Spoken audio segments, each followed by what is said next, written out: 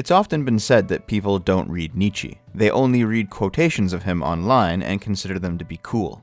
Although I think that tendency started long before the internet was even invented. It's no stretch to say that he's probably the most frequently misinterpreted philosopher of all time. Hell, when Germany can create not one but two totalitarian ideologies, justified by his philosophy, while simultaneously running counter to it, you know you've got somebody on your hands that's pretty tough to read. I'd like to bring up one specific Nietzschean quote, though. God is dead. Whenever it's repeated in the modern era, it's done so triumphantly, considered to be a statement of humanity's moving past the dogma and the ignorance of religion, into a modern era of reason and science. And fair enough, Nietzsche had many criticisms to levy against religion in his writings. But the phrase, God is dead, was stated not triumphantly, but sorrowfully, and in a state of blind panic. I actually had the opportunity to read some of Nietzsche's writings, thanks Intro to Philosophy, and one passage I was able to study with a bit more depth was the famous God is dead excerpt. Nietzsche used that phrase multiple times, but the one that everyone quotes is from section 125 of The Gay Science. Just so we're all on the same page, here it is. Have you ever heard of the madman who on a bright morning lighted a lantern and ran to the marketplace calling out unceasingly, I seek God, I seek God. As there were many people standing about who did not believe in God, he caused a great deal of amusement. Why, is he lost? Said one. Has he strayed away like a child? Said another. Or does he keep himself hidden? Is he afraid of us? Has he taken a sea voyage? Has he emigrated? The people cried out laughingly, all in a hubbub. The insane man jumped into their midst and transfixed them with his glances. Where is God gone? He called out. I mean to tell you, we have killed him, you and I. We are all his murderers.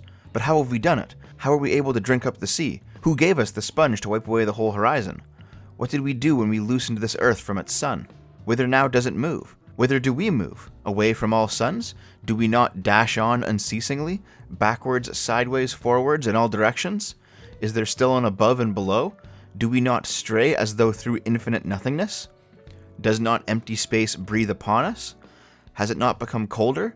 Does not night come on continually, darker and darker? Shall we not have to light lanterns in the morning? Do we not hear the noise of the gravediggers who are burying God? Do we not smell the defined putrefaction? For even gods putrefy. God is dead, God remains dead, and we have killed him. How shall we console ourselves, the most murderous of all murderers? The holiest and the mightiest that the world has hitherto possessed has bled to death under our knife. Who will wipe the blood from us? With what water could we cleanse ourselves? What lustrums, what sacred games shall we have to devise? Is not the magnitude of this deed too great for us? Shall we not ourselves have to become as gods, merely to seem worthy of it? There never was a greater event, and on account of it, all who are born after us belong to a higher history than any history hitherto. Here the madman was silent, and looked again at his hearers. They were also silent, and looked at him in surprise. At last he threw his lantern on the ground, so that it broke in pieces and was extinguished. I come too early, he then said. I am not yet at the right time. This prodigious event is still on its way, and is traveling. It has not yet reached men's ears. Lightning and thunder need time. Deeds need time, even after they're done, to be seen and heard. This deed is as yet further from them than the furthest star, and yet they have done it. There is nothing about the death of God that is considered to be triumphant in the tale of the madman. Despite Nietzsche's many criticisms of religion, he realized one very important thing. The collective morality of Western civilization, and its unique focus on the sovereign individual, was built on the foundation of the belief in God. Even for those people that didn't actually believe in God themselves, the ethical system that they operated on was formed by a society based in the Christian faith. And it's no surprise, look at the core tenets of Christianity. When Christ was asked which of the many rules is the most important, if in practical situations they come into conflict, which one takes priority, he said, love thy neighbor. And Christ himself is eventually unjustly nailed to a cross and tortured to death. But he doesn't go into the situation naively, nor does he run from it. He sees it coming, he does the right thing, and he bears his burdens. Even if you don't believe in the metaphysical aspects of the faith, and I certainly don't as an atheist, how could it be anything but the case that that specific story would eventually spawn a civilization that values individual rights and rewards individual responsibility? And when we eventually progressed to a point that faith in God himself was no longer a given, when we became intelligent enough to actually understand that Christ was not the Son of the Divine, but simply the ideal man which we all aspire to reach in our own way, as expressed in a tale told by primitives, well, what else was going to happen to us, if not the complete collapse of our ethical systems? It's like the fruit of the poisonous tree from a legal perspective. If you remove belief in God, The nearly 2,000 years of moral innovation and advancement go with it. That's the point of the tale of the madman. Those people who laugh at the madman for looking for God are those who follow the morality of a social system that they are fundamentally at odds with and they just don't know it yet. For them, all it'll take is one foundational event to push them over the edge into nihilism and lack of meaning. Who gave us the sponge to wipe away the whole horizon? Sounds to me like Nietzsche's prediction of the creation of postmodernism. With God dead and all of the moral grounding that sprung from him collapsed, of course we would create a philosophy where nothing has any inherent meaning, nothing is concrete, and it's all just a product of human systems. Natural barriers, like, say, horizons, would have to be wiped away as a product not of the natural world, but human corruption. With what water could we cleanse ourselves? What lustrums, what sacred games shall we have to devise? Sounds, to me, like the predictions of the multitude of new systems that would rise to prominence in the 20th century, in an attempt to forge a new morality after God had been swept away. In his other writings, Nietzsche accurately predicted, back in the late 1800s, the absolute catastrophe of both the fascist state and the communist revolutions that would grip the world decades after his death, as well as the over 100 million dead their efforts would bring. I don't think Nietzsche's argument was that, therefore, we should have remained in ignorance about the nature of the metaphysical, and simply continued to believe in God blindly for the rest of eternity. But I do think he understood that even as a move away from religion was necessary for modern science to flourish, it would also cause a complete undermining of any sense of morality, and that we were in for a lot of suffering and death until we all figured out how to maintain a moral structure without a foundation. And that's a problem we still haven't solved, in a sense.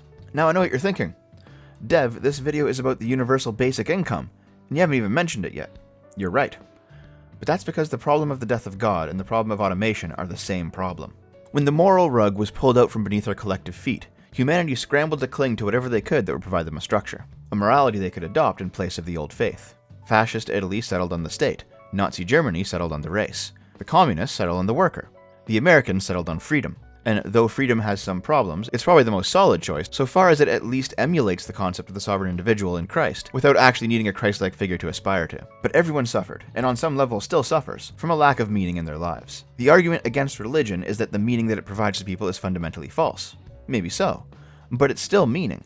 It's still a beacon that can light your way, even if only to point to a place where you can develop a new sense of meaning. But if God is dead, if there's no more meaning to be derived from religion because we've basically become too smart for it, where do we go now? The fundamental question is, what do we do when our lives lack an objective? And the universal basic income is a really, really bad answer to that question. The assumption is that automation will eventually reduce the total number of jobs. The new industries that are springing up to create and maintain automated systems will require fewer working people in them than the jobs they replaced. Maybe that's the case, maybe not. I'm not sure. It might be that it's not the case, that we will fundamentally never run out of work to do, and that the automation problem will solve itself over time, as people move into emerging industries. But for the sake of argument, let's assume that it is the case, that the new jobs that spring up as a result of automation won't be enough to employ all the people who have lost their jobs to the machine. Is the solution really to give them a universal basic income?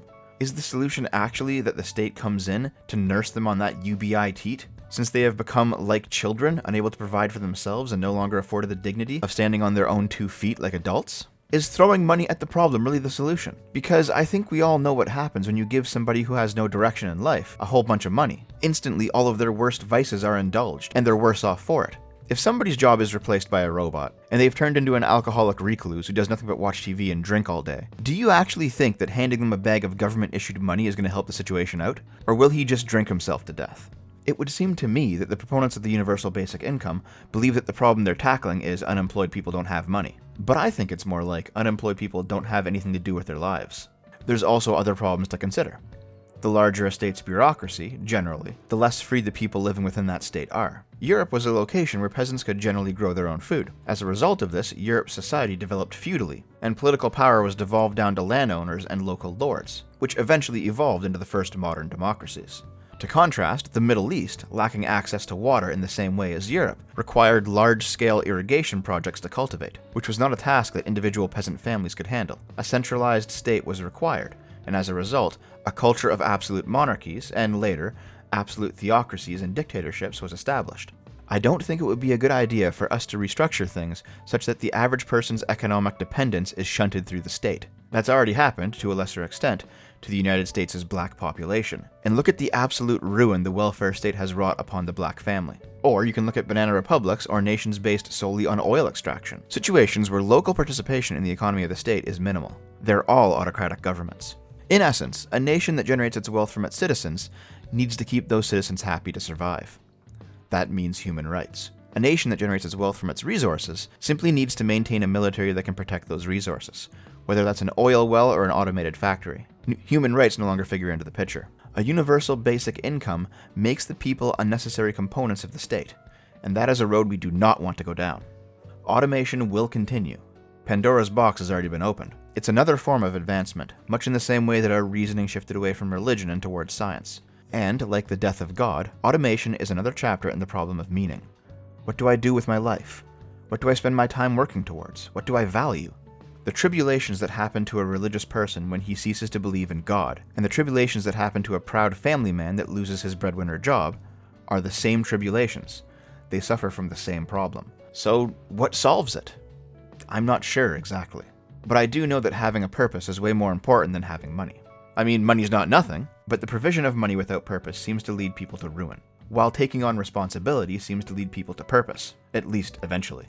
So society needs mechanisms that allow people to discover their purpose and begin to provide meaning for their own lives. And this meaning must, in some way, necessarily also provide money, because the dangers of having all economic activity flow through the state's mechanisms is just too high. The desire of the people for human rights, protected by the state, as demanded from our current position of relative strength, may be enough to safeguard us from a descent into servitude. Only so long as those rights include the right to earn our own living through our own work, rather than living off of handouts. If that means that the responsibility is on us for the creation of entirely new industries to replace the old ones, then so be it. Better for us to grope around in the unknown in an attempt to find our own prosperity, than to settle for what the state feels we're worth. The last time we encountered this problem, Nietzsche predicted death on a scale we had never seen before, and he was right. We can't repeat those same mistakes.